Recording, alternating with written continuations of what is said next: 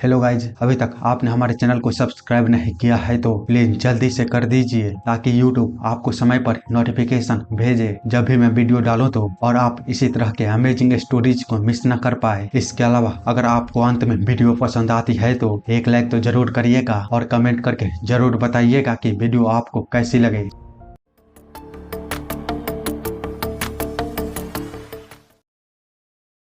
तो कहानी की शुरुआत वहीं से होती है जहां पर खत्म हुई थी। वांग किसी तरह हिम्मत करके जब दरवाजे को खोलता है तो उसके सामने एक बड़ा सा शेर उसकी ओर काफी गुस्से में देख रहा होता है, जिसको देख वह घबराते हुए कहता है, अब ये क्या है। वहीं वह शेर उससे कह रहा होता है, यमराज के दूत यही कहते हो ना, तुम खुद को याद रखना अपने वादे को जो तुमने मुझसे किया था। जो सुन वो इतना घबरा गया होता है कि उसके मुंह से एक भी शब्द नहीं बाहर निकलता। हम देखते हैं योंग के पीछे आए हुए सारे बंदे मारे गए होते हैं। अगला सीन इनका होता है जहां पर कुछ लोग बात करते हुए कह रहे होते हैं, क्या तुमने सुना व्हाइट स्कल स्क्वाड को गिरफ्तार कर लिया गया है। जिस पर कोई दूसरा कहता है, तुमने ये कहां से सुना है। तो वह पर्सन बताता है, मैंने खुद ऑफिशियलों के पास गया था और खुद अपनी आंखों से देखा है। जिसको सुन कोई कहता है, अरे वाह, ऐसा लगता है कि हमारे सिटी के गार्ड ने ऐसा किया है। आखिर उन सभी ने उसे कैसे गिरफ्तार किया होगा। तो पहले वाला बंदा बताता है, मैंने सुना है कि उन्होंने कुछ भी नहीं किया है। जब वे वहां पर पहुंचे तो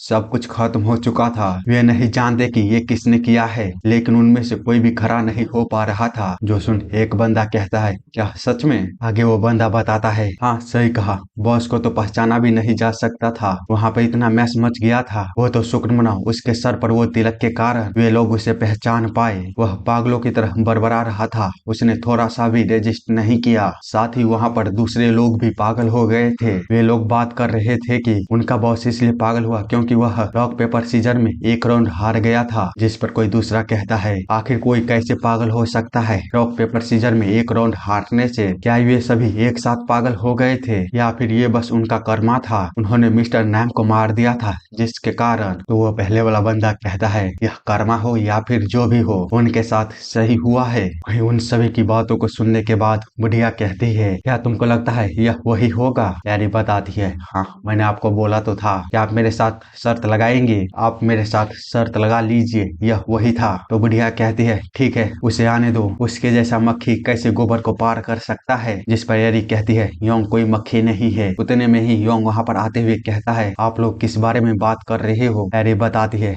अरे नहीं कुछ भी नहीं, मुझे बताओ क्या तुमने सभी इंग्रेडिएंट को ला लिया है। वो बताता है, हाँ मैंने सभी को ले आया है। जबकि बुढ़िया उससे कहती है, ओए असिस्टेंट योंग। योंग कहता है, हाँ बोलिए। तो वो उससे पूछती है, मैंने कभी भी रॉक पेपर सीजर में तुमसे बदतर नहीं देखा है। मुझे बताओ क्या तुमने पहले कभी एक राउंड को भी जीता है। तो वो काफी खुश होते हुए कहता है, रॉक पेपर सीजर, हाँ बेशक मैंने जीता है। जो सुन बुढ़िया गुस्सा होते हुए उससे बोलती है, गधे मैं जानवरों की बात नहीं कर रहा हूँ। क्या तुमने कभी भी इंसानों के साथ जीता है, सही बताना। योंग बताता है, हाँ मैं इंसानों की ही बात कर रहा हूँ। मैंने हाल ही में 2 बार जीता है। आगे हम कहीं पर देखते हैं कोई बोल रहा होता है, एक बार सुंग सिम नामक एक बहुत ही फेमस जादूगर था। सेलेस्टियल मेड में उसकी सुपर नेचुरल पावर इतनी वेल नोन थी कि दूसरे टाउन के लोग भी, यहाँ तक कि कैसल के लोग भी उसके पास आते थे। लेकिन वह कम उम्र में ही मर गई। पर वह अपनी बेटी को लेकर काफी चिंता में थी तो उन्होंने अपने साथियों से कहा कि प्लीज उसे नॉर्मल जीवन जीने देना। मैं नहीं चाहती हूँ कि वह मेरी तरह जिए। लेकिन उसके साथी पावर से ऑब्सेस्ड थे,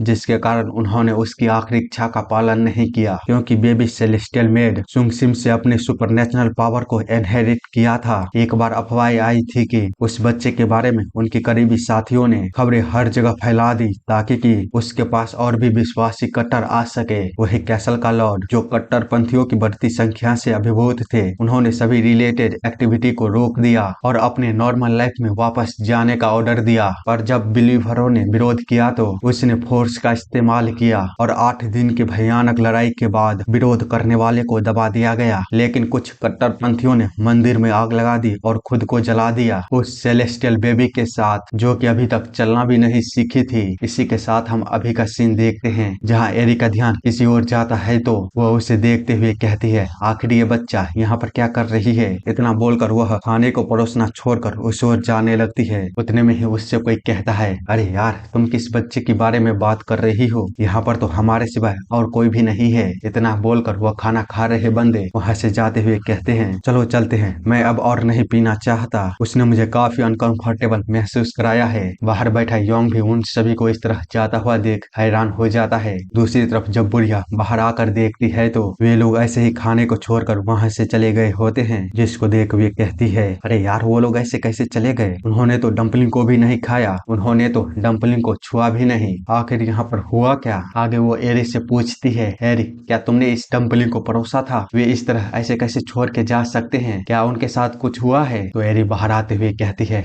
एक बच्चा, जिसको सुन बुढ़िया काफी ही जोरों से घबराते हुए कहती है, क्या एक बच्चा? वो कहाँ पर है? जो देख एरी उसे बताती है, अरे माँ तुम कर क्या रही हो? वो उन कस्टमरों के साथ ही चली गई। तो बुढ़िया उस पर चिल्लाते हुए कहती है, मैंने तुमसे क्या कहा था, किचन में ही रहना, फिर तुम खाना को परोसने के लिए बाहर क्यों आई थी? एरी बताती है, डम्पलिंग तैयार हो गया था लेकिन तुम यहाँ पर नहीं थी और ना ही योंग यहाँ पर था, इसीलिए मैं बाहर आई थी। तभी योंग भी बाहर से आकर उन सभी प्लेटों को साफ करने के बाद एरी को दे देता है। वही बुढ़िया दोबारा अपने पेट को पकड़ते हुए बाथरूम की ओर जाते हुए कहता है, अरे यार फिर से। जबकि एरी उस प्लेट को लेने के बाद उस ओर देखती है तो वह चौंकते हुए कहती है, हाँ इनमें से डम्पलिंग कहाँ गई? क्या उन्होंने खत्म कर दिया था? दूसरी तरफ योंग चुपचाप ही वहाँ से निकल रहा होता है। तभी वहाँ पर कुछ लोग आते हुए बात कर रहे होते हैं, अरे यार मैं थक गया हूँ, चलो कुछ पीते हैं। तो योंग उन सभी का वेलकम करता है। वे लोग उससे कहते हैं, सबसे पहले हमारे लिए कुछ पीने के लिए और जो जल्दी बन जाए खाना वो लेकर आइए। जिसके कुछ देर बाद उन सभी का खाना आ जाता है। आगे वे लोग खाते हुए बात कर रहे होते हैं, क्या तुम लोगों ने होंग के मैनर के बारे में सुना है? जिसके रिप्लाई में एक बंदा कहता है, हाँ वो तो भूतिया महल है, सही कहा ना? तो वो बंदा कहता है, हाँ तुमने सही कहा। वही तीसरा बंदा ऑर्डर देते हुए कह रहा होता है, प्लीज हमारे लिए एक और बोतल लाइए। तो योंग उन सभी के लिए एक और बोतल लेने के लिए चला जाता है। जबकि वे बंदे अभी भी बात कर रहे होते हैं। लोग ऐसा कहते हैं कि उस भूतिया महल में ग्रेट होंग का भूत रहता है जो कि वहाँ पर मरा था। मुझे समझ नहीं आता उसके जैसा एक ऐसा आदमी जो अपना पूरा जीवन बाल ब्रह्मचारी में गुजार दिया, वो कैसे एक पॉलिटिजिस्ट बन सकता है और अपने घर को ऐसे भूतिया महल में बदल सकता है। मैंने सुना था कि उसकी मौत दिल का दौरा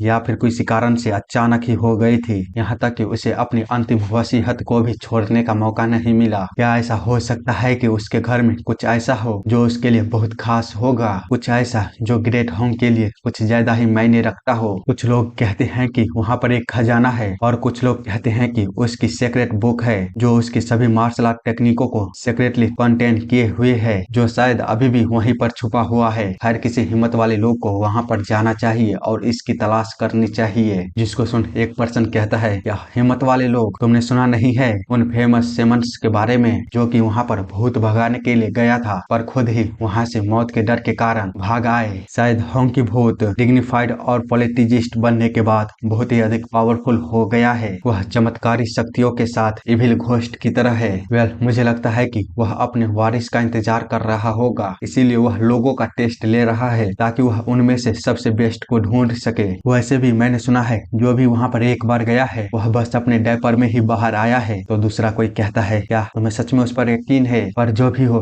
मैं यह चाहता हूँ कि यह जल्दी खत्म हो जाए। मैं हर बार हवेली के चारों तरफ चक्कर नहीं लगाना चाहता। इसी के साथ वे सभी खाना खत्म करने के बाद वहाँ से चले जाते हैं। तो जिन्हो उन सभी को बाय बोलते हुए कहता है, शुक्रिया आपका यहाँ पर आने के लिए। अगला सीन रात का होता है जहाँ पर बुढ़िया सोने के लिए जाते हुए कह रही होती है, मैं पहले जाती हूँ, तुम दोनों बाकी कामों को खत्म कर देना, मेरी तबीयत थोड़ी ठीक नहीं लग रही है। तो एरी उसे कहती है, प्लीज अपना ध्यान रखना माँ। आगे वह योंग से कहती है, हे गोंग योंग, क्या तुम जानते हो वह मैनर कहाँ पर है? तो योंग कहता है, क्या आखिर तुम वहाँ पर क्यों जाना चाहती हो? यह सच में बहुत दूर है और रास्ता भी बहुत खराब है। मुझे नहीं लगता है कि वहाँ पर कोई एक दिन में पहुँच सकता है। जो सुन एरी उसे लालच देते हुए कहती है, पूरे एक डम्पलिंग से भरा हुआ प्लेट। जिसको सुनते ही हम उसे थोड़ी देर बाद हम उसे हवा में उड़ते हुए देखते हैं जहाँ वह कह रहा होता है, मैं एक दिन में कहीं भी पहुँच सकता हूँ। मैं पहले वहाँ कभी तो नहीं गया हूँ लेकिन जब मैं घूम रहा था तो मैंने एक बार उसे देखा था। वहाँ मैनर के आसपास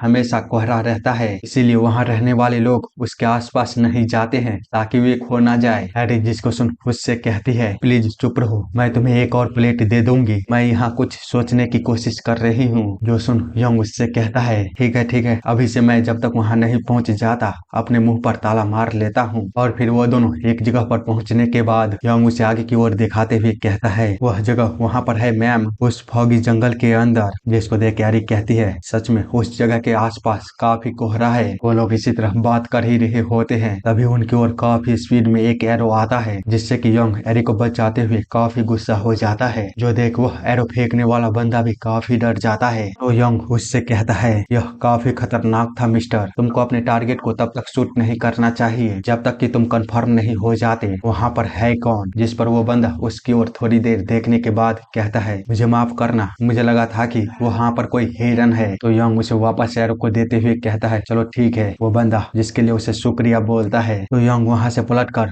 वापस उस फॉग के अंदर जाने लगता है। तो वह बंदा उसे रोकते हुए कहता है, हे रुक जाओ, उस तरफ मत जाओ, वहाँ पर भूतिया हवेली है। जिस पर यंग उससे कहता है, हाँ हमें पता है। वो बंदा जिसको सुन कहता है, क्या तुम्हें पहले से पता है? तो फिर तुम वहाँ पर क्यों जा रहे हो? क्या तुम्हें सच में लगता है कि भूते इतना आसान होता है? पर वे लोग उसकी बात को नहीं सुनते और आगे जाते हुए यंग कहता है, मुझे जलन हो रही है, मैं भी चाहता हूँ कि मैं भूत को देखूं, मैं चाहता हूँ कि मैं भी भूत को देख पाऊं ताकि मैं अपने मास्टर को दोबारा देख सकता हूँ। पर अगर मैं सही हूँ तो मेरे मास्टर अपने दुश्मनों को मरने के बाद तो चले गए होंगे। अरे यार, मैंने इसके बारे में क्यों नहीं सोचा। जबकि एरी उसे पीछे से देखते हुए स्माइल कर रही होती है। इसी के साथ सीन चेंज होता है और हम कहीं पर देखते हैं जहाँ पर कोई बोल रहा होता है, क्या बात कर रहे हो? उसने बस अपने नंगे हाथों से ही उस तीर को पकड़ लिया। तो वह एरो वाला बंदा कहता है, हाँ मैंने उस लड़के पर बिल्कुल सटीक निशाना लगाया था, क्योंकि मुझे लगता था कि वे हंग के मैनर में खजाने को ढूंढने के लिए जा रहा है। वह स्किलफुल आदमी है जिसके पास हिम्मत है मैनर में जाने के लिए। जो सुन उन सभी का लीडर कहता है, आखिर वे किस तरह के डाकू हैं?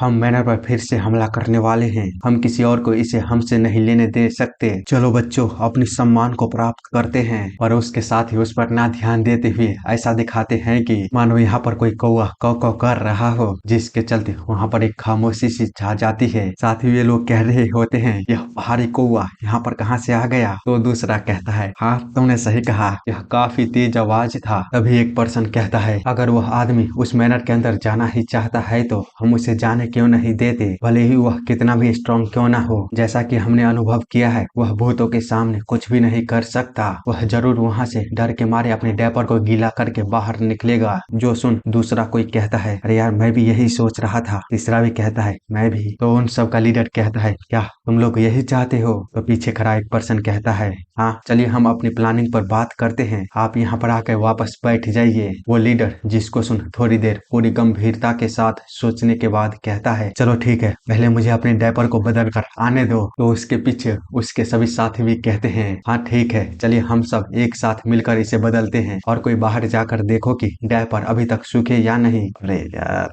कैसे कैसे डाकू भी आजकल होने लगे हैं। खैर वापस हम उस मैनर को देखते हैं जिसके सामने एरी आती हुई कहती है, तो यही वह मैनर है। इतना बोलकर वह आगे चली जाती है, जबकि योंग अभी भी उस पर लिखे गए होंग का मैनर को पढ़ ही रहा होता है। तभी एरी आगे जाते हुए कहती है, यदि भूत ने सच में किसी को अभी तक नुकसान नहीं पहुंचाया है तो यह ठीक ही होना चाहिए, लेकिन अगर यह किसी को मार दिया होता तो यह काफी खतरनाक होता। जो सुन योंग उसके पीछे जा ही रहा होता है, तभी ऊपर से बोर्ड उसके ऊपर अचानक से ही गिरता है, जिससे कि वह किसी तरह बाल बाल बचता है। हम देखते हैं वह मैनर इसी के साथ पूरी तरह ढह जाता है, जिसके कारण एरी और योंग दोनों ही अलग हो जाते हैं। योंग उस जगह को देखते हुए कहता है, क्या यह अभी मुझे मारने की कोशिश थी? तो कोई धुएं के बीच से कहता है, इसी तरह बहुत अधिक वायलेंट होते हैं। जो देख योंग उसके पीछे जाते हुए कहता है, मेरे लिए रुको एरी। उतने में ही दोबारा उसके ऊपर की सीलिंग टूटता हुआ उस पर गिरने लगता है। तो वह दोबारा उस मेंशन से बाहर आकर बाल बाल बचता है, और जब वह उसे देख ही रहा होता है तभी दोबारा उसे धुएं के बीच से एक आवाज सुनाई देती है, अगर तुम उससे पर्सनली मिलते हो तो। योंग उस ओर देखते हुए कहता है, अरे तुम कहाँ पर हो? पर उसे उस धुएं के बीच कुछ भी नहीं दिखाई देता है। तो वह चारों तरफ आवाज लगाते हुए कहने लगा होता है, मेरे साथ मजाक मत करो, तुम कहाँ पर हो एरी? लेकिन उसे कोई भी रिस्पॉन्स नहीं मिल रहा होता है। लेकिन दोबारा एक लकड़ी का टुकड़ा उस पर आकर गिरने ही वाला होता है, तो वह उससे बचता हुआ दोबारा एरी को ढूंढने लगता है और एक जगह पर पहुंचकर कहता है, आखिरकार तुम कहां पर चली गई हो? वही लगातार उस पर अटैक हुए जा रहा होता है, जिससे कि वह बड़ी ही आसानी से बचे जा रहा था, पर वह जगह टूटना बंद कर ही नहीं रहा होता है और अंत में पूरी तरह से ढह जाता है। जबकि योंग उसके ऊपर बैठा हुआ कह रहा होता है, यह बद से बदतर होता जा रहा है। तभी उसे अपने पीछे धुएं की एक बवंडर जैसा दिखता है और फिर वह आकार लेता हुआ दो बड़ी बड़ी आंखों में बदलने लगता है। योंग जिसको देख कहता है, अब मुझे गुस्सा आ रहा है। वहीं दूसरी तरफ हम मैनर के अंदर एक होल को देखते हैं जहाँ से एरी एक बक्से को बाहर निकालते हुए हाँप रही होती है। वह किसी तरह उसे बाहर निकालने के बाद खुद भी बाहर आती है और उस बक्से को लेकर आगे की ओर ग्रीट करते हुए कहती है, तो आप चाहते हैं कि मैं इसे रखूं? तो ठीक है, मैं आपके लिए इसे रख लूंगी। मैं आपसे वादा करता हूँ, मैं इसका अच्छी तरह से देखभाल करूंगी। इतना बोलकर वह वहाँ से जा ही रही होती है, तभी उसे अपने बगल में कुछ महसूस होता है। हम देखते हैं घर के बाहर से काफी बड़ा खतरनाक हमला होता है, जिसके कारण वहाँ की दीवारें पूरी तरह से तहस नहस हो जाती है, जिससे करने वाला कोई और नहीं होता है, योंग ही होता है। वह उस जगह में एंटर करते हुए कहता है, आखिरकार मैंने तुम्हें ढूंढ ही लिया। इतना बोलकर वह अपने आगे देखता है तो हैरी के साथ धुएं से बना हुआ एक भूत होता है, जिसको देख वह भी शौक होता है, पर वह भूत उसे देखते ही तुरंत ही डिसअपीयर होने लगता है। वहीं योंग को तो अपनी आंखों पर विश्वास ही नहीं हो रहा होता है, तो वह अपनी आंखों को साफ करते हुए दोबारा देखता है और एरी से घबराते हुए कहता है, क्या अभी अभी वहाँ पर कोई था? तो वो बताती है, हाँ, वह होंग का भूत था, लेकिन अब वह चला गया है और अब वह कभी भी वापस नहीं आएगा। जो सुन योंग भी उसे देखते हुए कहता है, तो वह सच में एक भूत था। यह कितनी सरप्राइज की बात है, मेरे जैसे नॉर्मल लोग भी उसे देख सकते हैं। हैरी तो उसकी नॉर्मल वाली बात को सुन उसकी ओर देख एकदम से ही खामोशी हो जाती है और उससे कहती है, वेल, यह तुम्हारे नॉर्मलिटी से कोई लेना देना नहीं रखती है। उसने कहा कि तुम बहुत डरावने हो। तो यंग कहता है, क्या उसने ऐसा कहा? पर क्यों? तो एरी वहाँ से जाते हुए कहती है, मुझे नहीं पता, बस उसने ऐसा कहा। उसके जाने के बाद यहाँ की तो कोहरा पूरी तरह से साफ हो गया है। साथ ही वह अपने आगे देखती हुई कहती है, अब मुझे पता चल रहा है कि उसने ऐसा क्यों बोला था। वह सच में डरा हुआ था। तो योंग कहता है, मैंने बस उसे छुआ और बिल्डिंगे डिस्ट्रॉय होने लगे। प्लीज मुझे माफ कर देना। आगे हम उन दोनों को खुली चांदनी के बीच आसमान में देखते हैं, जहाँ योंग एरी से कह रहा होता है, क्या तुम्हें भूतों से डर नहीं लगता? वे तुम्हें नुकसान पहुँचा सकते हैं। एरी बताती है, सभी भूत लोगों को नुकसान नहीं पहुँचाते हैं, लोग तो बस बातें ही बनाते रहते हैं। क्या तुम्हें पता नहीं है? तुम तो जानते ही हो, कभी कभी भूत केवल लोगों को डराना चाहते हैं, वही लोग शब्दों को घुमा फिरा कर इसे पेश करते हैं, बिल्कुल अभी की तरह। जिस पर योंग कहता है, क्या सच में बस वे डराना चाहते हैं? तो एरी कहती है, मेरी माँ हमेशा मेरे साथ रहती है, इसीलिए सबसे शक्तिशाली भूत भी मेरा कोई नुकसान नहीं पहुंचा सकता। इस पर योंग कहता है, क्या तुम ऑनर की बात कर रही हो? एरी बताती है, नहीं, उसने मुझे बड़ा किया है, मैं तो अपनी जन्म देने वाली माँ की बात कर रही हूँ। ओह, तो इसकी माँ भूत के रूप में इसके साथ रहती है, क्या बात है। योंग उसकी बातों को सुन पहले तो कुछ भी नहीं बोलता। एरी आगे बताती है, मैंने सुना है कि वह बहुत बड़ी जादूगर थी। वह तब से मेरे साथ रहती है जब मैं बहुत छोटी थी, लेकिन वह एक माँ से अधिक गार्डियन की तरह मुझे महसूस कराती है। ओह, तो पहले जो बात हो रही थी छोटी लड़की के बारे में, वह छोटी लड़की यही एरी है। काफी बड़ा ट्विस्ट था। लेकिन माँ ने मुझे बताया था कि उसने तुमसे कहा था कि वह मेरी अपनी माँ नहीं है, क्या तुम्हें याद नहीं है? तो जिन्हों घबराते हुए कहता है, हाँ, उसने बताया तो था। इतना बोलते हुए वह उसी समय को याद करने लगता है जहाँ पर उसे वह ओनर बता रही होती है, तुमने शायद नोटिस किया होगा, वह मेरी अपनी बेटी नहीं है। जिस पर योंग कहता है, तो क्या वो आपकी ग्रैंड डॉटर है? मैं अंदाजा नहीं लगा पा रहा हूँ कि आपकी उम्र क्या होगी। जो सुन वह बुढ़िया जो कि अभी जवान होती है, वह काफी गुस्से में उसके सर में चॉपस्टिक को मारते हुए कहती है, सच तो यह है कि हमारी उम्र में बस थोड़ा सा ही अंतर है, हम दोनों बस बहनें हैं, लेकिन हमें इस दुनिया में बहनों के रूप में रहने से डर लगता है, इसीलिए हम दोनों माँ बेटी होने का नाटक कर रहे हैं। इसीलिए मेरी बड़ी बहन हैरी वह मेरी बेटी बनने का फैसला किया है। ये सब उसे वह काफी खतरनाक स्टाइल में बोल रही होती है। योंग उसे याद करता हुआ कहता है, यह बहुत डरावना कहानी है, मैं थैंक्सफुल हूँ कि तुम उसकी बहन नहीं हो। हैरी उसे इस तरह देख कहती है, ठीक है, अब तुम कब तक यहीं पर खड़े रहोगे? माँ को जागने से पहले हमें डम्पलिंग बनाना होगा। जो सुन योंग वहाँ से काफी स्पीड में जाते हुए कहता है, अरे हाँ, मैं तो भूल ही गया था। जिसके थोड़ी देर बाद जब वह इनमें दोबारा आ जाते हैं तो वे लोग उस बक्से को देखते हुए कहते हैं, क्या इसमें कोई खजाना होगा? कुछ आर्टिशियनों ने इसे बनाया था, पर उन्होंने इसके चाबी को खो दिया है, तो तुम कभी नहीं पता लगा पाओगे कि इसके अंदर क्या है। तो योंग कहता है, क्या हमें किसी चाबी वाले के पास जाना चाहिए? जिस पर एरी कहती है, क्या यह ठीक रहेगा? उसने कहा था कि बिना किसी को पता चले इसे होंग के मैनर से दूर ले जाओ। साथ ही उसने बताया था कि इसे वहाँ बंद करना जहाँ इसे कोई भी देख ना सके। यह सबसे सबसे अच्छा होगा, लेकिन अगर यह हो जाता है या फिर किसी को यह मिल जाता है तो यह तब तक ठीक रहेगा जब तक कि वे नहीं जानते हैं कि यह कहां से आया है। ये सब बोलकर वह वहां से जा ही रही होती है, तभी उसे एक आवाज सुनाई देती है, अरे यार ये तो खुल गया। खलिहान की चाबी तो लगता है बिल्कुल इसी के लिए बना था। यहाँ पर तो खजाने नहीं है बल्कि ढेर सारी किताबें हैं। अरे यार उसे देखने से तो नहीं लगता कि वह चाबी से खुला है। क्या ये सारे सीक्रेट मार्शल आर्ट स्किल के बुक हैं जो एक आदमी और एक औरत एक साथ मिलकर करते हैं? वही एरी उससे बात करने की कोशिश कर रहा होता है पीछे से, पर वह उसकी बातों पर बिना ध्यान दिए अभी भी बुक के अंदर घुसा हुआ था। जो देख एरी उसके पास आकर उसके सर पर काफी जोरदार मारते हुए उसकी ओर काफी डरावनी लुक दे रही होती है, जिसके कारण वह पीछे मुड़ता हुआ अपने चेहरे को पूरी शर्म के मारे लाल करते हुए उससे कहता है, हैरी तुम यहाँ पर कर क्या रही हो? तो हैरी उससे कहती है, अपने चेहरे को वापस नॉर्मल करो जैसे कि वह पहले था। अरे यार क्या था उस बुक में? उन सारी किताबों को वहीं पर रखो और मेरे पीछे आओ, मैं उन्हें छूना भी नहीं चाहती। तो योंग उन सारी किताबों को संभालते हुए कहता है, हैरी क्या तुम भी मार्शल आर्ट सीखना चाहती हो? जो सुन हैरी दोबारा गुस्सा करते हुए कहती है, क्या मार्शल आर्ट? उन अश्लील तस्वीरों से बेवकूफ कहीं के तुम सोच क्या रहे हो? तो योंग उसके पीछे आते हुए कहता है, क्या अश्लील तस्वीरें? और वो क्या होती है? हैरी जिसको सुन कहती है, मुझे नहीं पता, मुझसे मत पूछो, मैं तुम्हें समझाने वाली नहीं हूँ। इस पर योंग कहता है, मैंने इस किताबों में कोई भी स्वॉर्डमैनशिप नहीं देखी, तो फिर यह सीक्रेट टेक्निक कैसे है? इतना बोलते हुए वह एक बुक को नीचे गिरा देता है, पर वह उस पर बिना ध्यान दे आगे चला जाता है। उसी समय बुढ़िया बाथरूम से बाहर निकलती है। वह बाहर निकलते हुए कह रही होती है, रात तेरी की मैंने आज क्या खा लिया था, आज का पूरा दिन मेरा खराब हो गया। इसी के साथ उसका ध्यान उस गिरे हुए बुक पर जाती है, जिसको वह लेते हुए कहती है, आखिरकार यह किताब किस तरह की है?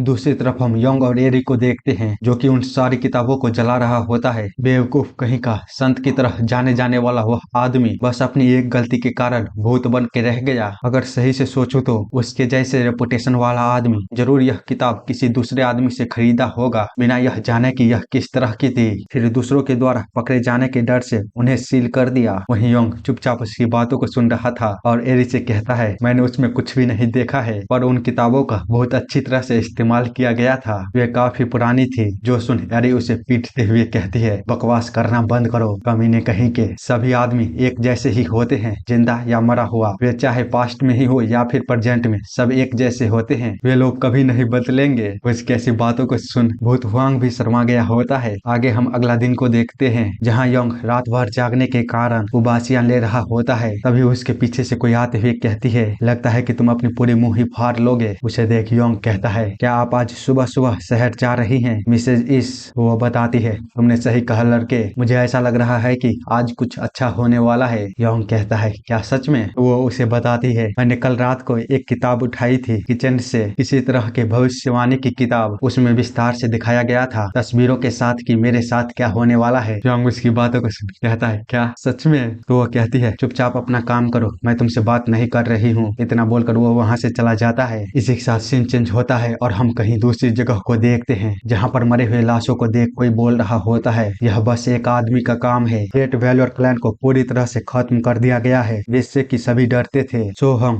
द रॉसी चिकेट स्वॉर्ड डेविल, वह जब 15 साल का था तभी उसे यह निकनेम मिला था। मुझे भी नहीं पता है कि वह क्या करता है उन लोगों के साथ जिसके अगेंस्ट उसका ग्रज होता है। वैसे भी मैं क्या, कोई भी नहीं जानता है कि वो मरे हुए लोगों के साथ क्या करता है। पिछले साल भी ऐसा ही हुआ था। वहाँ पर उसने 10 महानतम मार्शल आर्टिस्ट में से एक मास्टर लिम की हत्या कर दी थी, बस सिंगल स्टैब में, बिना किसी को जाने, जिसने की पूरी दुनिया को कंफ्यूजन में डाल दिया, क्योंकि किसी ने भी नहीं सोचा था कि कोई मास्टर लिम को भी मार सकता है। अभी तक कोई भी नहीं जान पाया है कि उसे किसने मारा और क्यों मारा है, लेकिन मुझे लगता है कि बहुत सारे लोग ऐसा सोचते हैं कि उसे इसलिए मारा गया था क्योंकि वह बहुत फेमस था, पर मुझे पूरा यकीन है कि उसके जैसे बहुत से लोग ऐसे हैं जिनको इसी तरह मारा गया है। इसी तरह वह बोलते बोलते एक जगह पर रुक जाता है और काफी सीरियस होकर अपने आगे देखता हुआ सोचता है, सोहंग वह कोई ऐसा है जो तब तक तुम्हारी पोजीशन को होल्ड करके रखेगा जब तक कि तुम उसके जोन में नहीं आ जाते। इसी के साथ वह अपने आगे देख ही रहा होता है, तभी जमीन के अंदर से दो बंदे काफी स्पीड में अपने सर को बाहर निकालता है, लेकिन उसके कुछ सोचने से पहले ही वह बंदा एक बंदे को तो बीच से ही काट डालता है, जबकि दूसरे को कंधे से काटता हुआ एक ही झटके में मार डालता है। उसे ऐसा करता हुआ देख वहाँ पर और भी कई सारे बंदे आने लगे हुए होते हैं और उसे चारों तरफ से घेर लेते हैं। वह बंदा वहाँ पर आए हुए अभी सारे बंदों को देखता हुआ काफी सीरियस होता है और उन सभी बंदूक से कहता है, क्या तुमको नहीं लगता है कि तुम लोग गलत आदमी के पास आ गए हो? जिस पर आगे से रिप्लाई आता है, नहीं, हम ग्रेट वॉरियर क्लैन के असासिन्स हैं। हम पिछले 3 सालों से तुम्हें ट्रैक कर रहे हैं, इसीलिए हाँ, तुम वही हो जिसे हम ढूंढ रहे थे। जो सुन वो बंदा उन सभी से कहता है, ओह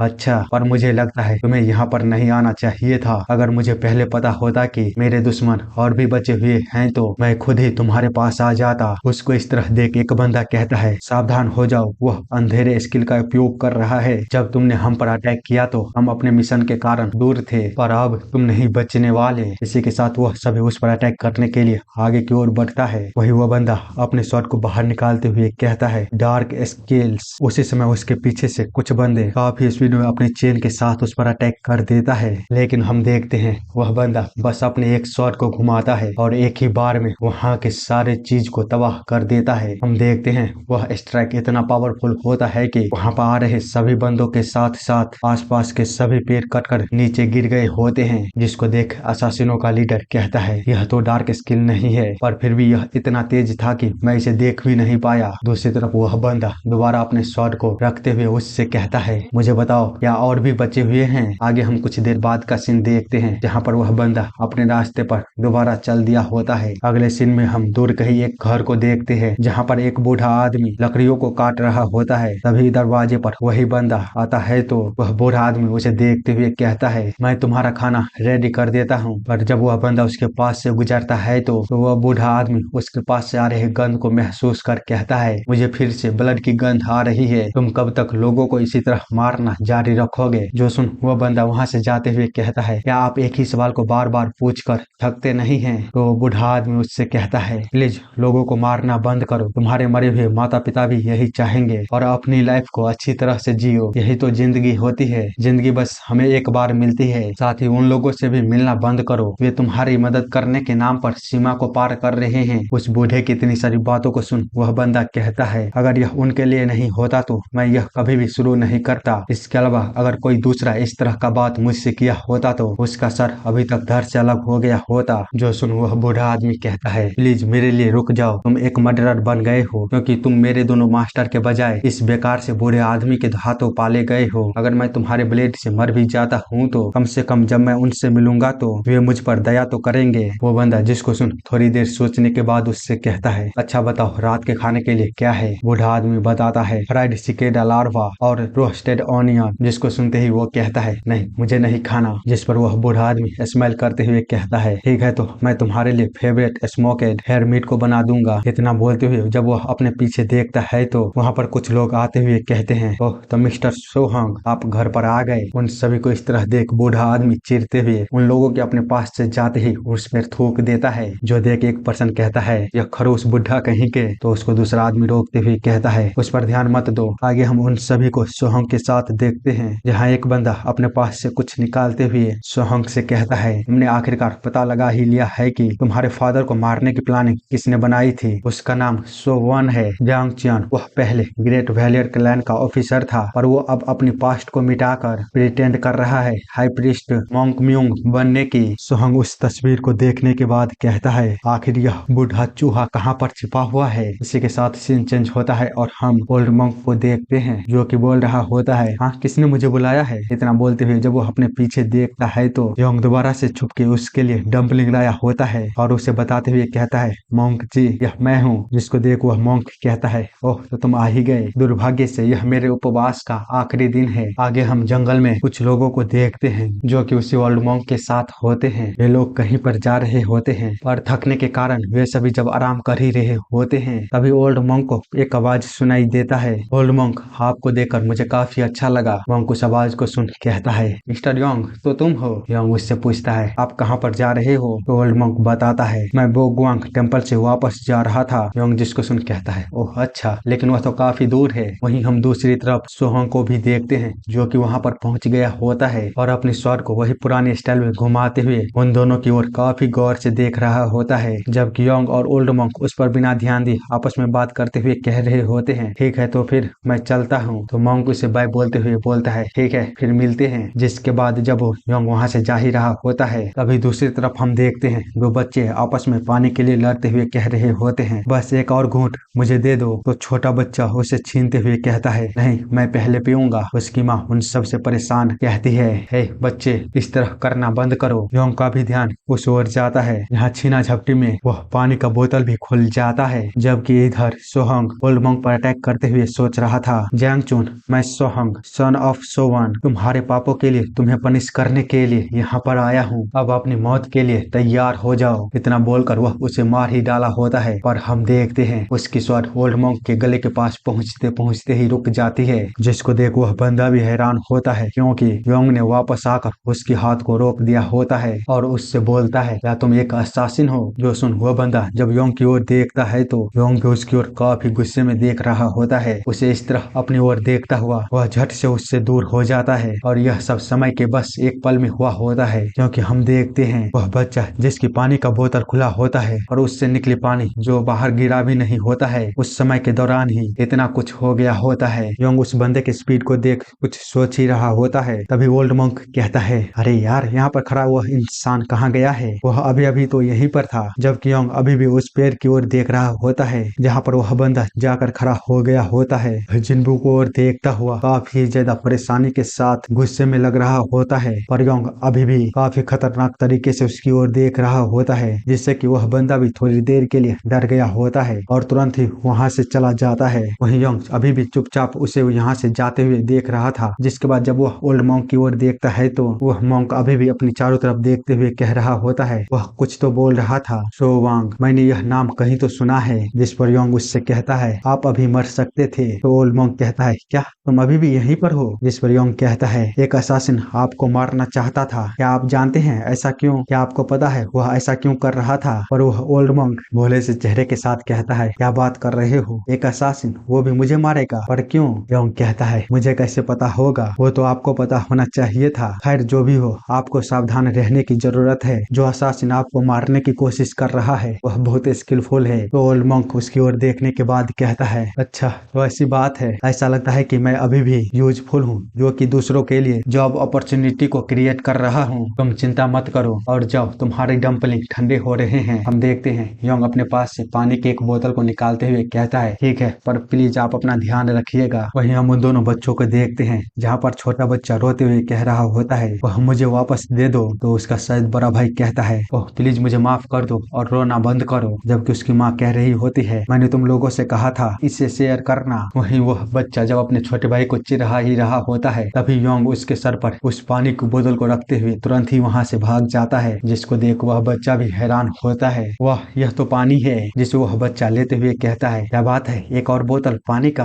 लगता है कि वह एक अच्छा आदमी था, पर वह है कहाँ पर? आगे हम देखते हैं कोई बोल रहा होता है, एक रैंडम आदमी के इंटरफेयर करने के कारण वह इस काम को खत्म नहीं कर पाया। वह आखिरकार उस पर काबू कैसे नहीं कर सका? हमें अब आगे क्या करना चाहिए? नियमों से पीछे हटो और उन आदमियों से अपने लिंक को काट दो। हम एक साधारण सी गलती के लिए सबसे बेस्ट असासिन को छोड़ दे। इसी तरह वह अपने मन में बड़बड़ा रहा होता है और अपने इनर डिमन को एक स्नेक के रूप में इमेजिन कर रहा होता है। और शायद मैं आप लोगों को बता दूं, इस आदमी के पास डुअल पर्सनालिटी है, क्योंकि यह खुद के बारे में बात करता रहता है और दिखता ऐसा है कि मानो उसके साथ कोई और भी रहता है। इसीलिए कंफ्यूज मत होना, जब यह उसके बारे में बात करे तो समझ लेना कि यह सोहंग यानी कि खुद के बारे में ही बात कर रहा है। हम देखते हैं उसका इनर गिल्ड उसके सामने एक स्नेक के रूप में आते हुए उससे कह रहा होता है, प्लीज यहीं पर रुक जाओ और अपनी लाइफ को जियो। जिसको सुन वह बंदा उससे कहता है, अपना मुंह बंद कर। इतना बोलते हुए वह उस स्नेक के कई सारे टुकड़े कर देता है और कहता है, मैं झिझक रहा हूँ क्योंकि तुम ऐसी बकवास करते जा रहे हो। इतना बोलते हुए वह योंग की नजरों को याद करते हुए कहता है, आखिरकार तुम्हारी हिम्मत कैसे हुई मुझे इस तरह से देखने की? मैं तुम्हारे टुकड़े टुकड़े कर दूंगा। तुमने उसे बचाने की कोशिश की, ऐसा लगता है कि तुम उस ओल्ड मैन के साथ ही हो, इसीलिए अब मैं पहले उसे खत्म करूंगा, बाद में तुम्हें भी खत्म कर दूंगा।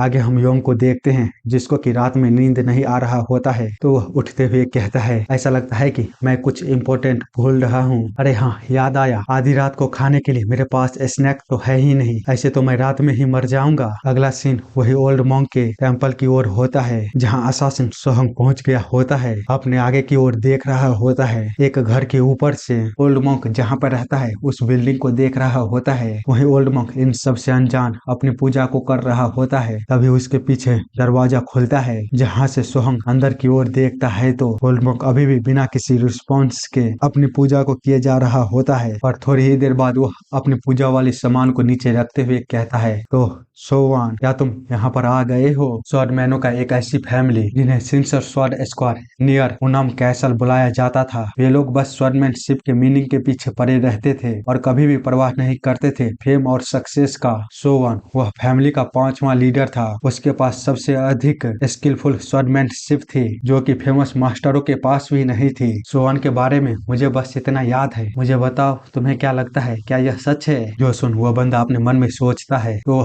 पहले से अंदाजा लगा सकता था कि मैं यहाँ पर वापस आने वाला हूँ। आगे वह उस ओल्ड मॉन्क से कहता है, हाँ, तुमने जो कहा वह बिल्कुल सच है, वह मेरे फादर थे। तो ओल्ड मॉन्क कहता है, लेकिन मैंने तो सुना है कि एक महामारी के कारण उसने अपनी वाइफ को खो दिया, जिसके चलते वह निराशा में शराब के आदी होने के कारण उसी साल मर गया था। जो सुनते ही उस बंदे को काफी बड़ा झटका लगता है और वह याद करने लगता है कि उस बूढ़े आदमी ने उससे क्या कहा था। यह एक काली साजिश थी, तुम्हारे दोनों पेरेंटों को पॉइजन दिया गया था। अगर वे अभी जिंदा होते तो ग्रेट वैलियर क्लैन कभी भी हम पर अटैक करने की कोशिश नहीं करते। लीडर ने हमें वहां से भगाकर अपने अंत तक उन्हें रोका था, पर पॉइजन उसके पूरे शरीर में फैल गया था, जिसके कारण वह ज्यादा देर तक नहीं टिक पाए। ये सब सोचकर वह ओल्ड मॉन्क से कहता है, तुम्हारी चालाकी अच्छी थी, तुम मुझे बातों में फंसाकर अपने गार्ड्स को समय दे रहे हो, पर यह बेकार सी चीज है, तुम ऐसा कभी नहीं कर सकते। मॉन्क उसकी बातों को सुनने के बाद कहता है, अरे यार, तब मुझे लगता है कि मैं जिसकी बात कर रहा हूँ वह यह आदमी नहीं है। दूसरी तरफ वो बंदा कहता है, हालांकि तुम एक बात के बारे में बिल्कुल सही हो, वह असासिनों का क्लैन जिसने सिंसियर स्वॉर्ड स्क्वाड पर अटैक किया था, ग्रेट वैलियर क्लैन जिसको तुमने लीड किया था। तो ओल्ड मॉन्क कहता है, वेल, मुझे लगता है कि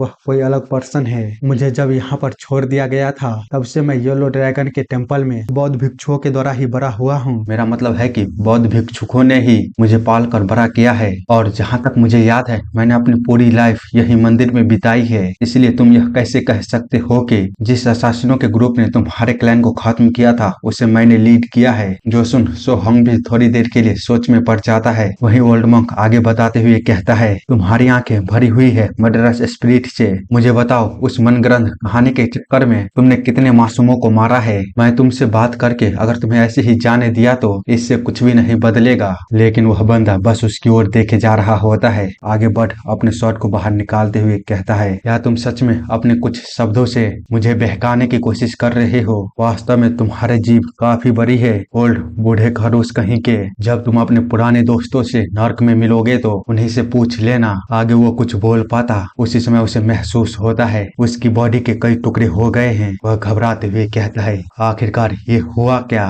पर थोड़ी ही देर बाद उसे रियलाइज होता है कि वह बिल्कुल ही ठीक है। आगे वह उस मॉन्क की ओर देखते हुए सोचता है, क्या अभी जो हुआ वो क्या इस बूढ़े आदमी ने किया था? पर ये कैसे हो सकता है? इतना बोलने के बाद वह अपनी शॉट को थोड़ा सा बाहर निकाल कर उसकी ओर देखते हुए कहता है, यह बूढ़ा आदमी नहीं था। उसे उसके शॉट के रिफ्लेक्शन में बाहर योंग खड़ा दिखता है, जो कि बिल्कुल ही उसी की ओर देख रहा होता है। सोहंग योंग को इस तरह अपने पीछे देख पूरी तरह से सीरियस हो गया होता है। वहीं योंग उसे देखता हुआ सोच रहा था, मुझे लगा नहीं था कि वह इतनी जल्दी वापस आएगा। इसी के साथ वह माइंड के जरिए कहता है, वह टेम्पल तुम्हारे जैसे असासिनों के लिए नहीं है, जल्दी वहाँ से बाहर निकलो। जो सुन सोहंग और भी ज्यादा गुस्सा हो जाता है। वहीं हम दूसरी तरफ मोंग को देखते हैं, जो कि अपनी आंखों को बंद करते हुए कह रहा था, चलो अब मेरे सामने आकर बैठ जाओ और मुझे बताओ, मैं तुम्हारे पास्ट को देखने के बाद तुम्हारी मर्डर स्पिरिट को ओवरकम करने में हेल्प करूंगा। इतना बोलते हुए जब वह अपनी आंखों को खोलकर आगे की ओर देखता है तो वहाँ पर कोई भी नहीं होता है, और फिर वह चारों तरफ देखने के बाद कहता है, क्या यहाँ पर कोई भी नहीं है, या फिर मुझे इल्यूजन हुआ था कि कोई मुझसे बात कर रहा था? अगले सीन में हम वापस सोंग और योंग को एक साथ देखते हैं, जो कि काफी स्पीड में कहीं पर जा रहे होते हैं, जबकि सोहंग अभी भी ओल्ड मंक और उस ओल्ड पर्सन की बात को याद करता हुआ सोच रहा था उन दोनों की बातों में कितना डिफरेंस है। ओल्ड मंक ने उसे बताया होता है कि उसके फादर ने बची हुई जिंदगी को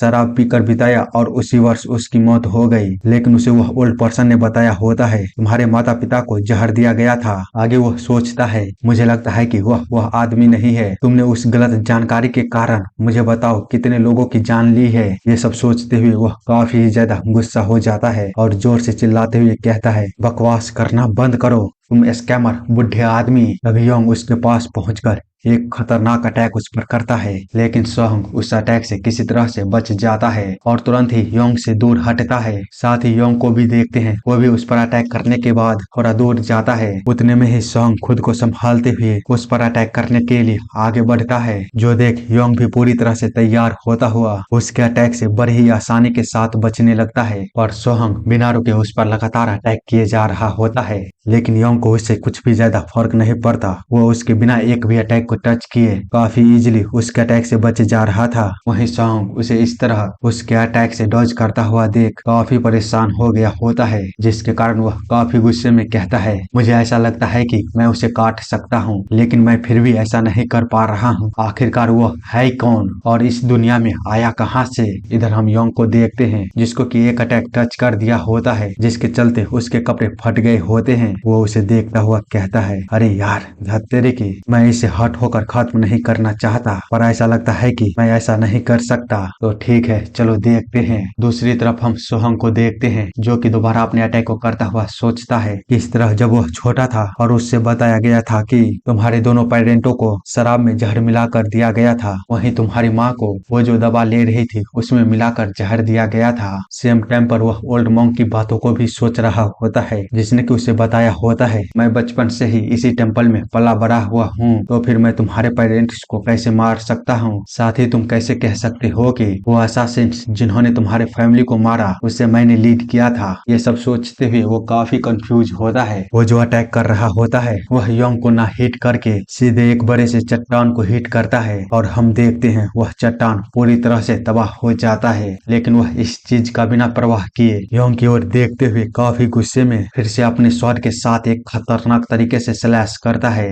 जबकि योंग अभी भी उसके अटैक से बचे जा रहा होता है। पर सोहंग का इस बार का अटैक काफी ही स्पीड में हुआ होता है, जिसके चलते देखने से ऐसा लगता है कि योंग के बॉडी के कई टुकड़े हो गए हैं और उसकी पूरी बॉडी हवा के बीच ही डिसअपेयर होने लगी होती है, जिसको कि वह देख ही रहा होता है। तभी हम योंग को देखते हैं, वह बिल्कुल ही उसके पीछे आ गया होता है। सोहंग भी उसकी प्रेजेंस को महसूस कर काफी डर गया होता है, लेकिन वह बिना किसी समय को गवाए हुए दोबारा अपने पीछे मुड़कर जैसे ही उस पर अटैक करने वही वाला होता है, उसी समय योंग उसे काफी जोरदार किक के साथ हिट करता है, जिसके चलते वह किसी तरह खुद को बचाते हुए पीछे की ओर जाने लगता है। दूसरी ओर योंग अब पूरी तरह से सीरियस हो गया होता है। वो बिना किसी मौका को सोहंग को दिए हुए तुरंत ही शैडो के रूप में उसके स्वॉर्ड के साथ लिपटता हुआ सीधे उसकी ओर भागता है। वहीं सोहंग अभी भी योंग को डिफेंड करता हुआ सोच रहा होता है। ओल्ड मैन कहता है, मैं यह पता नहीं लगा पाया कि इसके पीछे कौन था, इसीलिए तुम स्वर्ग पृथ्वी समाज की बातों पर आंख बंद करके इसी तरह भरोसा नहीं कर सकते। मैं तुमको यह नहीं कह रहा हूँ कि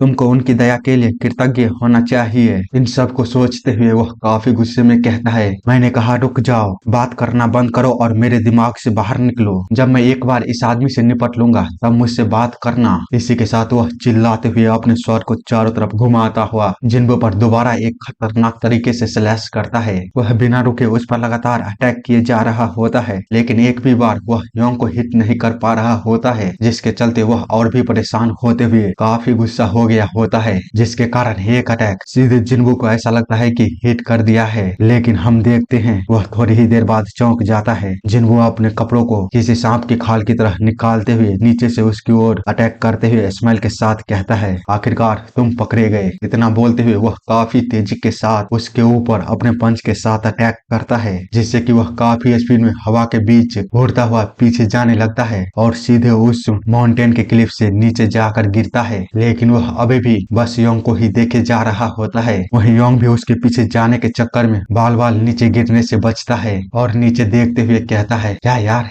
यहाँ पर एक खाई थी। इतना बोलकर वह उस खाई से नीचे पानी में एक चट्टान के ऊपर उतरकर अपने चारों तरफ उस बंदे को ढूंढते हुए कहता है, सच में मैं उसे मारना नहीं चाहता था। वह उस सिचुएशन में भी अपने मयान के साथ खुद को प्रोटेक्ट किया, साथ ही वह इतना घायल भी नहीं है, तो क्या वह भाग गया होगा? लेकिन एक जंगली जानवर सबसे खतरनाक होता है जब उसे चोट लगी हो। अब मुझे क्या करना चाहिए? आगे हम कहीं पर देखते हैं कोई बोल रहा होता है, मैंने तुमसे क्या कहा था, दुनिया में हमेशा सबसे स्ट्रांग से भी कोई स्ट्रांग होता है। दुनिया में हमेशा सबका एक नेचुरल दुश्मन होता ही है। इसीलिए इस बार की हार के बारे में बुरा मत मानो। यह हार तुम्हारे लिए ठीक उसी तरह है जैसे तुम्हें कम उम्र में अचीवमेंट से नुकसान पहुंची थी। सोंग होंग पानी से बाहर आते हुए कहता है, हाँ तुम सही हो, तुम हमेशा सही होते हो। तुम जो बोलते हो उसे भूल जाते हो और एक ही बात कहते हो, साथ ही कभी कभी उसके विपरीत भी बोलते हो। लेकिन इस बार तुम गलत हो। मैं अभी भी नहीं हारा हूँ। शायद तुम्हें पता नहीं है, लेकिन दो लोगों ने मुझ पर अटैक किया था। पहले वह बूढ़े मॉन्क ने मुझे कंफ्यूज किया, बाद में उस छोटे से मोटे ने मुझ पर अटैक किया। मैं उन दोनों को एक ही स्लैश में खत्म कर दूंगा। बस मेरा इंतजार करना, मैं जल्द ही वापस आऊंगा। इसी के साथ हम दोबारा उसके घर को देखते हैं। उसे काफी भूख लगी होती है और उसके पेट से गुड़गुड़ाहट की आवाज आ रही होती है, जो सुन वो कहता है, अरे यार,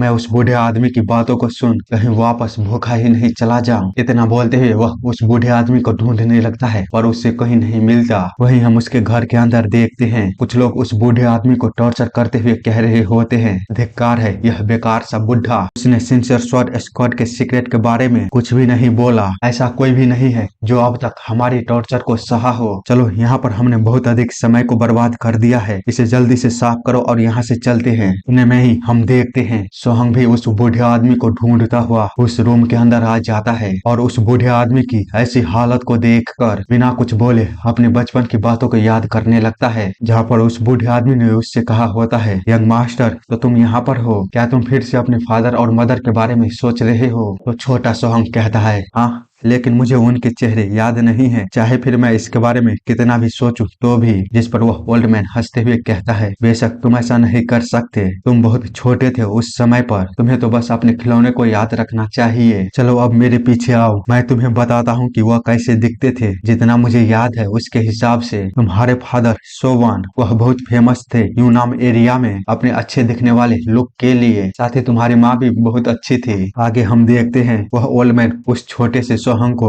घर न होने के कारण पानी से बचने के लिए अपने कपड़ों में छुपा लिया होता है। हम देखते हैं वह छोटी उम्र से ही काफी हार्ड वर्किंग होता है और वह ओल्ड मैन उसे सिखाते हुए बता रहा होता है, तुम केवल चीजों को याद नहीं रख सकते, तुम्हें इसके ट्रू मीनिंग को जानना होगा और इसे स्वॉर्डमैनशिप पर अप्लाई करना होगा। एक बार यह सीक्रेट स्किल कंप्लीट हो जाने पर तुम्हारे दुश्मनों की ओर पॉइंट करेगी। इसी तरह वह बूढ़े आदमी के साथ बिताए गए छोटे से छोटे पल को याद करता है। यार, मैं इतना एक्सप्लेन नहीं करने वाला, तुम लोग पिक्चर देख के समझ सकते हो। अंत में हम देखते हैं वह बूढ़ा आदमी कहता है, आपको देखकर अच्छा लगा यंग मास्टर। सोहंग उस बूढ़े आदमी के साथ आखिरी भेंट को याद करता हुआ अभी उसे देख काफी ज्यादा सीरियस होता है, पर वह कुछ भी नहीं बोलता। वहीं दूसरी तरफ वे सारे बंदे उसे चारों तरफ से घेर लिया होता है, पर वो इन सब की परवाह ना किए हुए नीचे झुककर जैसे ही अपने स्वॉर्ड को नीचे रखता है तो उन्हें बंदों के बीच से एक बंदा उसके स्वॉर्ड को अपनी ओर खींच लेता है और काफी खुश होता है कि अब वह कुछ भी नहीं कर सकता। इतना सोचकर वो सभी अपने अपने स्वॉर्ड को उसे मारने के लिए बाहर निकालते हुए उसकी ओर पॉइंट करता है और उससे कहता है, हमें दुख है कि चीजें इस तरह बदल गई, लेकिन अगर तुम हमें सीक्रेट बुक दे देते हो तो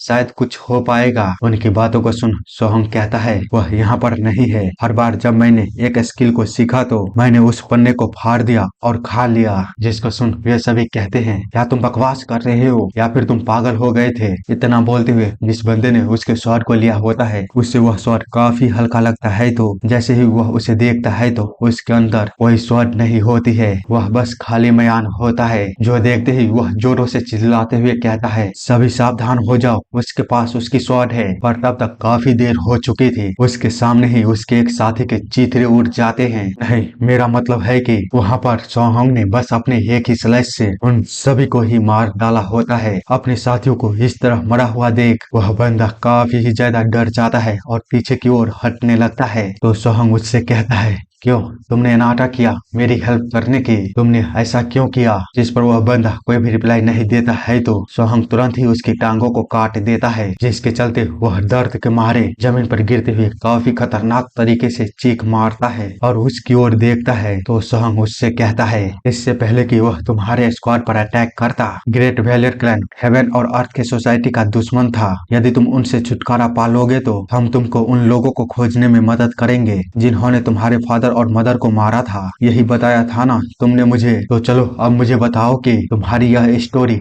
कितनी हद तक सच थी। क्या जांग चुआन वह ओल्ड मॉन्क सच में मेरा दुश्मन है, या फिर वो लोग जिन्हें मैंने मारा? क्या ग्रेट वैलियर क्लैन सच में दुश्मन था हेवन और अर्थ सोसाइटी का? जो सुन वह बंदा उसकी ओर देखने के बाद कहता है, ठीक है, लेकिन क्या अगर मैं तुम्हें बता देता हूँ तो तुम मुझे जाने दोगे? तो सोहंग उसकी ओर बढ़ते हुए कहता है, अगर मैं तुम्हें सच बताता हूँ तो क्या तुम चाहते हो कि मैं तुम्हें सच बताऊं? जिस पर वो बंदा कहता है, अब खेल खेलना बंद करो और जो करना है वह जल्दी करो। तो सोहंग उससे कहता है, यदि तुम केवल समय को बर्बाद करना चाहते हो तो क्या यह सच है सोवन सिंसर स्वॉर्ड स्क्वाड का 5वां लीडर उसका कोई बच्चा नहीं था? वो भी क्या सच है? वो बंदा जिस पर कहता है, यह तुम्हारे सवालों का जवाब नहीं है, इस सच्चाई से तुम्हारे सभी सवाल अर्थहीन हो जाएंगे। तो बताओ, क्या अभी भी तुम मेरे जवाब को पाना चाहते हो? अच्छा यही होगा कि तुम हरामी मुझे मार डालो। तो सोहंग उसकी ओर काफी गुस्से में देखता हुआ कहता है, क्या तुम मरने की मुझसे भीख मांग रहे हो? तुम्हें क्या लगता है तुम जब चाहो तब रुक सकते हो?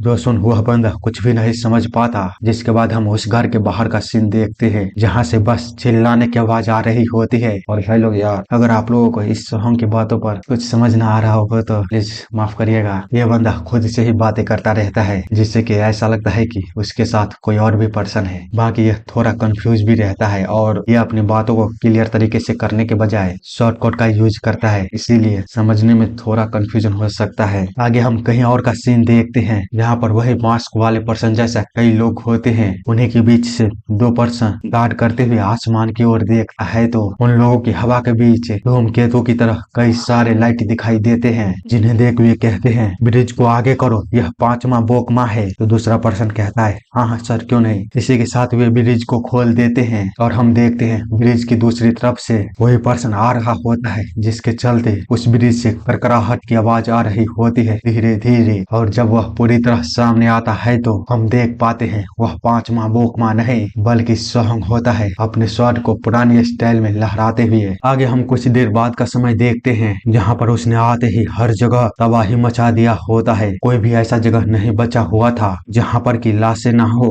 उस मास्क वाले क्लैन में सोहंग ने हर एक इंसान को मार डाला था। वहाँ बस ब्लड और लाशों के अलावा कुछ भी नहीं दिखाई दे रहा था, सिवाय एक रूम में जहाँ पर अभी भी लाइट जल रही होती है। और जैसे ही वह उसके अंदर जाता है तो वहाँ पर भी लाशें बिछना शुरू हो जाती है। कोई भी उसके सामने टिक नहीं पा रहा होता है। उसे जो भी मिल रहा होता है वह सबको मारता हुआ आगे बढ़ रहा होता है। वही एक रूम में एक रेड मास्क वाला पर्सन, शायद उन सभी का लीडर है, वह सोच रहा होता है, हे भगवान ये क्या हो रहा है? वह केवल बस एक आदमी है। देखते हैं उसे प्रोटेक्ट करने के लिए उसके आगे सैकड़ों में लोग खड़े होते हैं, लेकिन जैसे ही सोहंग उस रूम के बाहर आता है तो उन सब की हालत खराब हो जाती है। वही सोहंग रूम के बाहर से जाता हुआ रुक के वहीं से उन सभी को जब देखता है तो लीडर घबराते हुए कहता है, जल्दी उसे मार डालो। और हम देखते हैं उन सभी को रिस्पॉन्स करने से पहले ही और उस दरवाजे को टूटने से पहले ही उन सभी के बीच मानो जैसे कि लेजर लाइट चला दिया गया हो और उन सभी की बॉडी को छल्ली कर दिया जाता है। उन सभी बंदों को हिलने तक का समय नहीं मिलता और वह सभी एक साथ ही मारे जाते हैं। जबकि हम सोहंग के अटैक को देखते हैं, जो उन सभी की बॉडी को 2 टुकड़ों में काटता हुआ लीडर को भी हिट किया होता है। आगे हम उस पूरी जगह को देखते हैं, जो कि समय के बस एक अंतराल में ही शमशान घाट में बदल गई होती है। और फिर कुछ देर बाद का सीन देखते हैं, वह रेड मास्क सोहंग को अपनी ओर आते हुए देख काफी ही ज्यादा घबरा गया होता है। इस बच्चे को दूसरे असासिनों की तरह समझना एक मूर्खता होगी। वह कोई इंसान नहीं बल्कि एक राक्षस है। यह एक मास्टरपीस है जिसे मैंने बनाया है। खैर जो भी हो, इतना सोचते हुए वह उसे बताता है, हमने उस ओल्ड मैन से डील की थी, यह भी उस डील का हिस्सा था। कुछ भी गलत होने पर वह तुमसे अपने लिंक को तोड़ देगा, इसीलिए उस बूढ़े आदमी से अपने स्टोरी के बारे में पूछो। जब चीजें इस तरह बदल गई है तो वह झूठ नहीं बोलेगा। जो सुन सोहंग उस बंदे से कहता है, तुम लोग जो भी बोल रहे हो उसे मैं समझ नहीं पा रहा हूँ। उस बूढ़े आदमी को मारने के बाद तुम बोल रहे हो कि वह तुम्हारी तरफ था। अगर यह बात बोलकर तुम मुझे कंफ्यूज करना चाहते हो तो यह तुम्हारे लिए एक बहुत बड़ी गलती होगी। तुम इससे मुझे और भी ज्यादा गुस्सा दिला रहे हो। तुम्हें तो इन सब के अलावा अभी मुझसे अपने जिंदा रहने की भीख मांगनी चाहिए। उसकी बातों को सुन वह रेड मास्क बोलता है, क्या वह बूढ़ा आदमी मर गया है? ओह अरे यार, अब मुझे समझ आया। तो इसलिए लिए तुम ये सब कर रहे हो। आखिरकार उन लोगों ने इसे इस तरह से संभाला। वेल, तब तो पांचवा बोकमा वो भी ओल्ड मैन के साथ ही होगा। जो सुन सोहंग कुछ भी नहीं समझ पाता। वह ओल्ड मैन उसे अभी भी जिंदा होना चाहिए। वापस जाओ और इसे खुद से देखो बेवकूफ। क्या वह सचमुच में मर चुका है या फिर वह लाश सच में उसी का था? इतने सालों तक धोखा खाने के बाद तुम एक और आसान से झांसे में आ गए। तुम्हें जिसे लेकर सरप्राइज होना चाहिए वह असल में ये नहीं है कि तुम वास्तव में हो, बल्कि वह बूढ़ा आदमी। आगे वह कुछ बोल पाता इससे पहले ही हम उसके मास्क के दो टुकड़े देखते हैं। सोहंग उसे मारते हुए कहता है, क्या तुम्हें सच में लगता है कि मैं तुम्हारे बकवास को सुनूंगा? आगे हम दूसरे दिन को देखते हैं, जहाँ पर सोहंग दोबारा जब अपने घर आता है और उस रूम के अंदर जाकर देखता है तो वह काफी ही ज्यादा सरप्राइज होता है। वह याद करते हुए कहता है, यहाँ पर तो बस ब्लड और लाशें थी, पर अभी तो यह पूरी तरह से खाली है। यह कैसे हो सकता है? क्या मैं कोई सपना देख रहा हूँ? इतना बोलते हुए वह थकान के मारे वहीं जमीन पर गिर जाता है और बेहोश होते हुए कहता है, आखिरकार यह किसने किया है? आगे हम कहीं पर ओल्ड मंक को देखते हैं, जो कि खुद से ही बात करता हुआ कह रहा होता है, अब जबकि मैं इसके बारे में सोचता हूँ तो सोवान वह कोई बच्चा नहीं है। तो क्या वे दो लोग बस सेम नाम के हैं? वहीं हम दूर कहीं पर देखते हैं, योंग अपने दूरबीन से उसे देखते हुए कह रहा होता है, चलो वो ठीक है, मैं ये क्या कर रहा हूँ? जब मेरे पास मौका था तो मुझे उसे खत्म कर देना चाहिए था। जिसके बाद वह वापस अपने इन में लौट आता है और अंदर जाते हुए कहता है, मैं वापस आ गया। तो एरी और वह बुढ़िया उसे देखते हुए कहती है, मैंने तुमसे कहा था ना उसे जरूर कुछ हुआ है। तो बुढ़िया कहती है, हाँ तुम ठीक कह रही हो, मैं उसे इस तरह अब और नहीं देख सकती। वहीं बेचारे योंग को तो कुछ भी समझ नहीं आ रहा होता है कि यहाँ पर हो क्या रहा है। तो वो बिना कुछ बोले सीधे अपने काम को करने लगता है। जो देख बुढ़िया कहती है, हे योंग, क्या इन दिनों तुम्हारे साथ कुछ चल रहा है? तो योंग कहता है, हाँ मेरा मतलब है कि नहीं, कुछ भी नहीं। जो सुन बुढ़िया कहती है, तुम्हारे बोलने का क्या मतलब है? जरा खुद को तो देखो, कितने भयानक लग रहे हो। और यार हम देखते हैं योंग के रात दिन जागने के कारण उसकी आंखें सूज गई होती है। वो कहता है, क्या आप मेरे बारे में बात कर रही हो? तो बुढ़िया कहती है, तुम बिल्कुल वैसे आदमी की तरह दिख रहे हो जो कि लगता है कई दिनों से खाना नहीं खाया है। क्या तुम मुझसे नाराज हो या फिर कुछ और हुआ है? यदि तुम बताना नहीं चाहते हो तो खुद के मोटापे पर टॉर्चर मत करो। जिस पर योंग कहता है, क्या मैं इतना बुरा दिख रहा हूँ? बुढ़िया कहती है, तुम बिल्कुल वैसे ही दिख रहे हो जैसे तुम पहली बार यहाँ पर आए थे, पर फिर भी मुझे लगता है कि यह इतना बुरा भी नहीं है। आगे हम दोबारा सोहंग के हाउस को देखते हैं, जहाँ वह अभी भी उसी जगह पर बैठा हुआ होता है और अपने पुराने दिनों को याद कर रहा होता है। वह उन बातों को याद करता हुआ काफी सीरियस होता है। उतने में ही उसके रूम का दरवाजा खुलता है और हम दो लोगों को देखते हैं, जिस पर कि सोहंग का भी ध्यान जाता है। वहीं वे बंदे बिना कुछ बोले सोहंग की ओर खामोशी से देख रहे होते हैं। तो सोहंग उनसे कहता है, यहाँ पर कोई खाली कुर्सी नहीं है, तो इससे पहले कि मैं तुम्हें मार डालूं यहाँ से बाहर निकल जाओ। जो सुन उन बंदों में से एक बंदा जब आगे बढ़ने लगता है तो दूसरा बंदा उसे रोकते हुए कहता है, हम व्हाइट हॉर्स स्क्वाड से हैं, तुमने हमारे बारे में तो सुना ही होगा। हेवन एंड अर्थ सोसाइटी को डिस्ट्रॉय करना तुम्हारे लिए इम्प्रेसिव था, लेकिन यह चीजों को खराब कर दिया है। हम यह पता लगाने की कोशिश कर रहे हैं कि इसके पीछे कौन है। मैं सीधे मुद्दे पर आता हूँ और तुमसे सीधी बात करता हूँ। हम चाहते हैं कि तुम व्हाइट हॉर्स स्क्वाड में शामिल हो जाओ। हम तुम्हें वह सब कुछ देंगे जो तुम चाहते हो। जो सुन सोहंग उन बंदों से बस दो शब्द बोलता है, गेट आउट, यहाँ से निकल जाओ। ऐसे रिप्लाई को सुन वे बंदे कहते हैं, यह सही समय नहीं था। इसी के साथ वह उसके सामने एक थैली को फेंकते हुए वहाँ से जाते हुए उससे कहता है, हमने तुम्हारे लिए कुछ खाने को लेकर आए थे, अपनी एनर्जी को दोबारा रिकवर करो, हम बाद में बात कर सकते हैं, फिलहाल के लिए हम वापस जा रहे हैं। जिस पर सोहम कुछ भी नहीं बोलता और बस अपनी पुरानी बातों को याद करते हुए खामोश होकर ओल्ड मैन की याद जैसे ही उसे आता है वह काफी गुस्से में कहता है, आखिरकार तुम हो कौन और मैं कौन हूँ? आगे हम कुछ दिनों के बाद का सीन देखते हैं, जहाँ पर कुछ चूहे कुछ खा रहे होते हैं, जो कि और कुछ नहीं वही खाना होता है जिसको कि ये दोनों बंदों ने पहले वहाँ पर रख कर गया था। वह खाना अभी भी उसी जगह पर था और कुछ चूहे उसे फाड़ कर खा रहे होते थे। जो देख वे बंदे कहते हैं, तुमने इससे छुआ भी नहीं, क्या तुम जिंदा भी हो?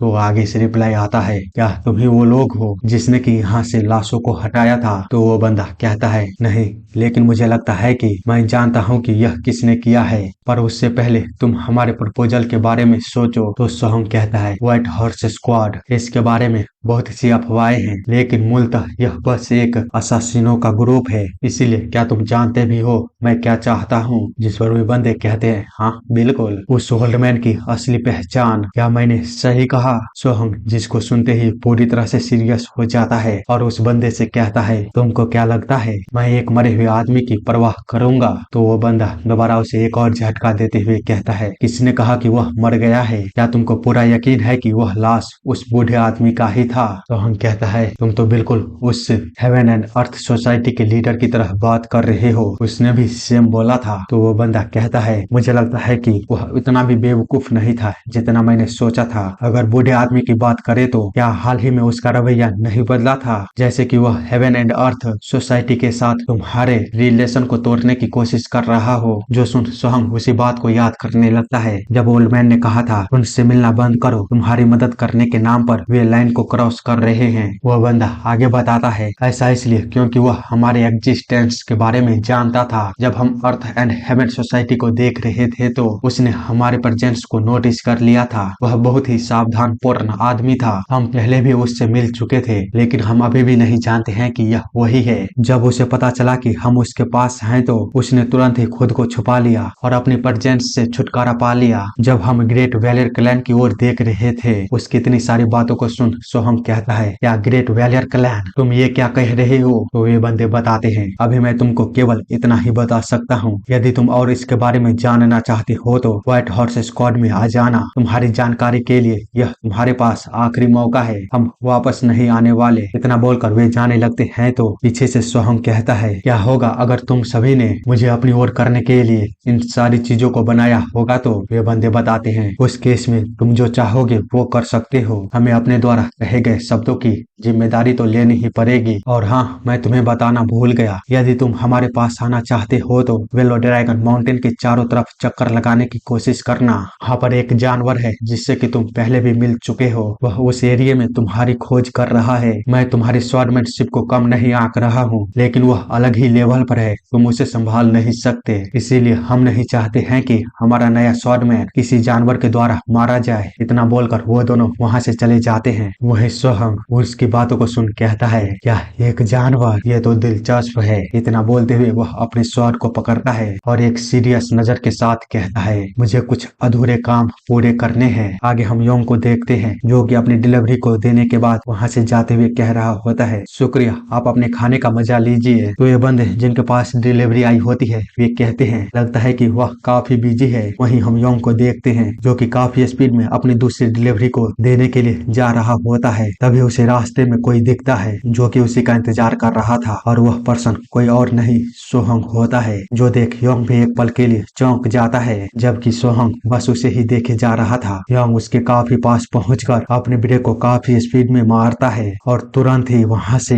एक जोरदार छलांग मारते हुए सोहंग पर अपने अटैक को करते हुए कहता है, तो तुम दोबारा यहाँ पर हो, इस बार मैं तुम्हें बचकर यहाँ से जाने नहीं दूंगा। जो सुन सोहंग भी कहता है, ओह अच्छा ऐसी बात है, चलो देखते हैं। इसी के साथ ही वो दोनों ही काफी खतरनाक तरीके से टकराते हैं, जिसके कारण उस पूरी जगह पर लाइट ही लाइट हो जाती है और पूरी जमीन तबाह हो जाती है। और इसी के साथ चैप्टर खत्म होती है।